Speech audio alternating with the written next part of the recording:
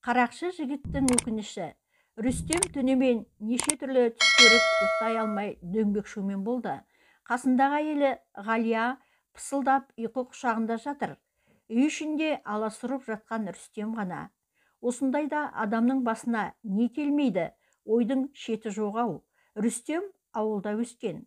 Отбасыларында бір ағасы мен жалғыз қарындасы бар. Әкесі Жанғали соғыс ардагері, бір аяғын соғыс даласында қалдырған мүгедек жауынгер. Анасы Мәкен өте момын. Үй шаруасымен жүріп, тіпті облыс орталығына да барып көрмепті.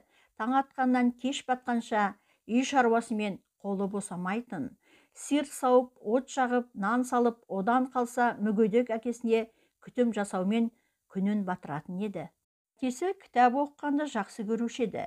Кітап дүкеніне жаңа кітап келсе, ақшасын аямай сатып алып, келген газет журналдардың әр санын жібермей оқып отыратын. Почта келген күні балаша қуанатын. Келген газет журналды тізіп жинап қоятын. Отбасы өте тату болды. Ағасы Рамазан Рүстемді үлкен балалардан қорғап, қамқор болып жүретін. Рүстем де шымыр, денелі жігіт болып өсті. Күрес пен бокстан разряды бар. Әкесі Рамазанды мал дәрігерлік оқуға түсірді. Оқыңдар, кезінде біздің оқуға жағдайымыз болмады. Болашақ сендердікі деушеді үнемі. Рүстем мектеп бітірген соң Алматыға барам оқуға деп кесіп айтқан әкесіне. Болашақта құрылысшы инженер болуды қалаған. Бірақ та емтиханнан өтпей қалған ол ауылға қайтып барудан ұялып құрылысқа жұмысқа кірді. Жұмыстары ауыр болды. Бұрын бұндай жұмыс жасап көрмеген жас жігіттер әрең шыдап жүрді. Бір күні жолдас жігіт Сұлтан бұған: осылай ишак болып өліп кетерміз, басқа жұмыс іздеп көрейік деген. Оған Рүстем: бізге жақсы жұмысты дайындап отырған кім бар деп қолдай қоймады. Бірде олар жұмыстан кеш қайтқан. Жалдап тұратын пәтерлеріне келсе, пәтер иесі Тоня кемпір бұлардың заттарын далаға шығарып тастапты. Пәтер ақыны уақытында бермейсіңдер, басқа пәтер іздеңдер деп қиқайған орыс кемпір. Бағына екі қыз кеп кетті. Енді соларды кіргізем деп бұлданған. Тоняның бұларға берген бөлмесі тауық қорамен жапсарлас салынған лашық сияқты. Үнемі тауықтың боғының күлімсі иісі кеп тұратын.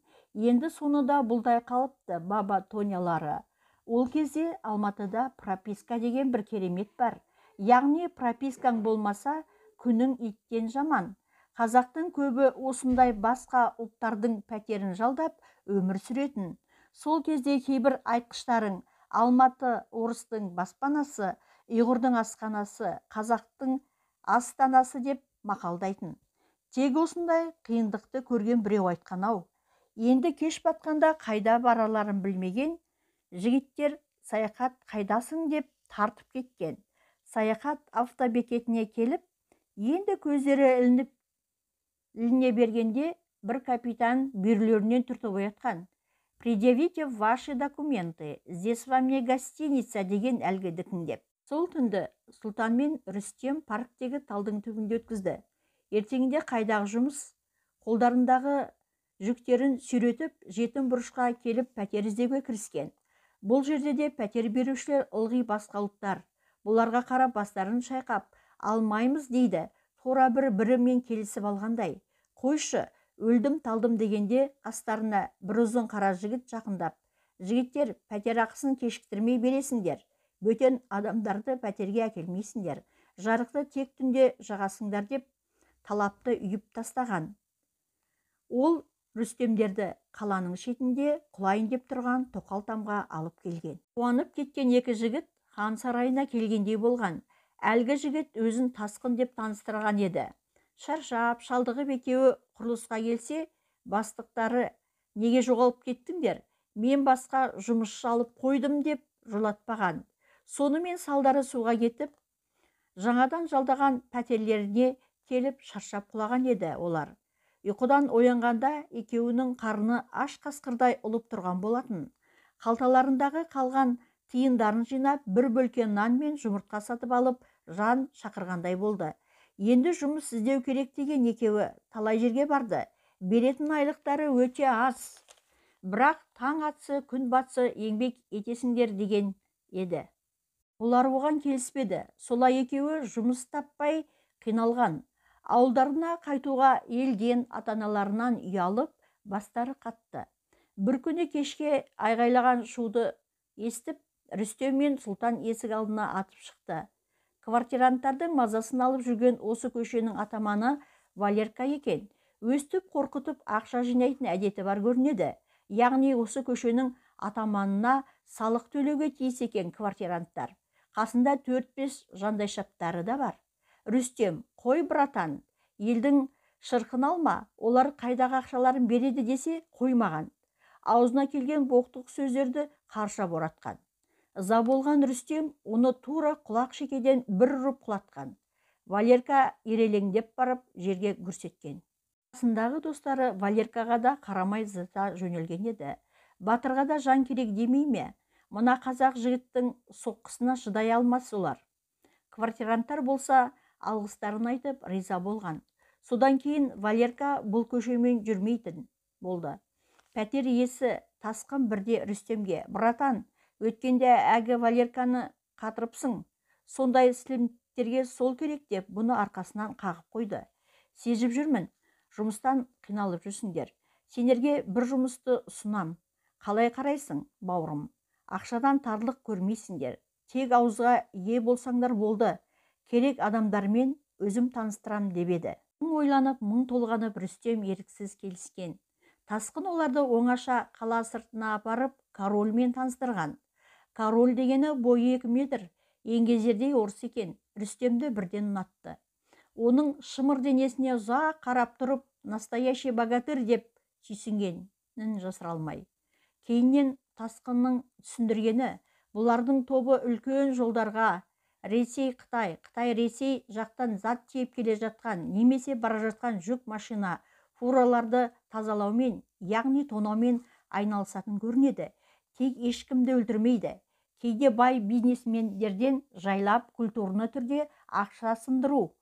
Орайы келсе, бұларша айтқанда доляларын алу. Біреу байып ақшадан бас айналып талтаңдайды. Ал біреу нан сатып алуға зар деген корольдары. Не деген әділетсіздік бұл? Сонда шынымен әділеттік қайда деп бұл да ойланып қалған. Енді тура Робин Гуд болады бұлар. Сол кедейлерге қамқор болады. Ізін жасырып отыратын полицейлерде сыбағадан құр қалмады. Рүстем мен Сұлтан ақшадан тарлық көрмеді. Рубль дейсің бе, доллар дейсің бе, пәшкілеп ұстайды. Киімді қымбат бутиктен киеді. Екеуі 3 бөлмелі үйді жалдап тұра бастады. Ескі көк сасыған пәтерден құтылғандарына мәз. Рүстем ауылға ақша салып тұрды. Ата-анасы ештеңеден бейхабар. Ұлым ақша салды деп мәз, қайдан білсін. Осындай қарақшы топқа кірген екі жігіт өмірлеріне дән риза, тамақты қымбат ресторандардан ішеді. Астыларында шетелдік көлік. Міне өмір. Уақыт зырғып өте берді. Рүстем қарындасы жұпарды оқуға түсіріп, 2 бөлмелі пәтерді де алып берді. Бірде Қытайдан товар әкеле жатқан саудагерлер отырған автобусты тонау жоспарланды. Елсіз жерде келе жатқан автобустағы жолаушылар әбден шаршап, біреуі ұйықтап, ал енді бірі салондағы телевизордан фильм тамашалап отырған еді. Алдарында қарақшылар тұрау деп те ойламаған. Бар ойлары тезірек қалаға жету. 5 жеңіл көлік келіп олардың алдынан тоқтай қалды. Беттеріне бетперде таққан қарақшылар қаруларын кезеніп автобус жүргізушілеріне тоқта деп белгі берген. Автобус тоқтағанда автобусқа секіріп мінген қарақшылар жүргізушіге қару кезеп, жолаушыларға қарсы келмеңдер, сендерге өмір керек болса үндеріңді өшіріңдер дегенде зәре құттары кеткен саудагерлердің үні шықпай қалған. Бетперде киген қарақшылар олардың әкеле жатқан товарларымен алтын алқа жүзік сырғаларында тартып алған болатын. Ортадағы орынға жақындай берген өзіне біреудің тесіле қараған сезгендей денесі түршігіп кеткен Рүстем өзіне қарап отырған қап-қара мөлдіреген көзді көріп қарап қалғандай болды. Құдайым-ау, мына көздер таныс қой деп күбірлеген іштей. Ал жаңағы әйел бұны көзінен де бірден танып, Рүстем екенін ұққан. Қасындағылар алтындарды жинап жатқанда, жаңағы әйел бермеймін, анамның көзі ғой деп, қолындағы алтын сақинаны шешпей жанталасқан. Рүстем қасындағыларға болды, керегі жоқ дегендей белгі беріп, автобустан бәрі түсіп кеткен. Осыдан соң Нұрайдың оған қараған көзі, бейнесі көз алдынан кетпей, елестеп, түн баласы ойланып шығатын болды. Нұрай Рүстемнен бір сынып төмен оққан қыз еді. Сүйкімді қыз оған қатты ұнайтын, бірақ өз сезімін айтуға батылы бармаған. Кейін Нұрайдың коммерсант болып, Қытаймен екі ортада товар таситынын да естіген, бірақ осылай кездесем деп ойлап еді. Бұл әлемде миллиард адам өмір сүрсе де, әр адамның көз жанары ұқсамайды. Жаратушы шебер Алла әр адамды жалғыз қайталанбас етіп жаратқан-ау. Сол шабуылдан кейін 3 айдан уақыт өтті. Бәрі өз орнында тыныш болатын. Бір күні Рүстем мен Сұлтан тұратын пәтердің терезесін бұзып, 10 шақты қаруланған ОМОН жасағы сау еткенде, бұл екеуі бейғам ұйықтап жатқан еді. Көп ұзамай топтың барлық мүшелері тұтқындалған. Тек корольді еш жерден таба алмаған. Ізін суытып үлгерген әккі бейне көкке ұшып кеткендей. Бұларды әлде сол сатты мекен? Белгісіз. Кейіннен білді, оларды корольда ешкімде сатпапты. Әдетте охотаға Рүстемдер өз машиналармен емес, арендаға алған машиналарға жалған номерлер тағып алып шығатын. Тура сол жолы Құдай төбеден ұрып, Рүстемнің машинасымен шыққан. Машинаның номерін кейіннен тас жолдың бойынан тауып алған ізкесушілер. Қырсық шалғанда бәрі кері кеткен. Кейіннен сот болып, Рүстем мен Сұлтан екеуі 8 жылдан арқалап кете барды. Әкесі мен шешесі өмірден озды. Ұлының қайғысына кәрі жүректері шыдамаған. Бүгінде Рүстем екі ұлдың әкесі, жары Ғалия жақсы адам. Ол ұлдарына жаратқаннан ғұмыр тілеп өмір сүруде. Мен сияқты адаспаңдаршы деп қояды ішінен көбірлеп. Сол оқиғадан кейін Нұрайды сыртынан бір-ақ рет көрді, бірақ беттеуге дәті шыдамаған. Тек кейде Нұрайдың оған қадала қараған тұнық қара көздерін түсінде көріп оянатын болған.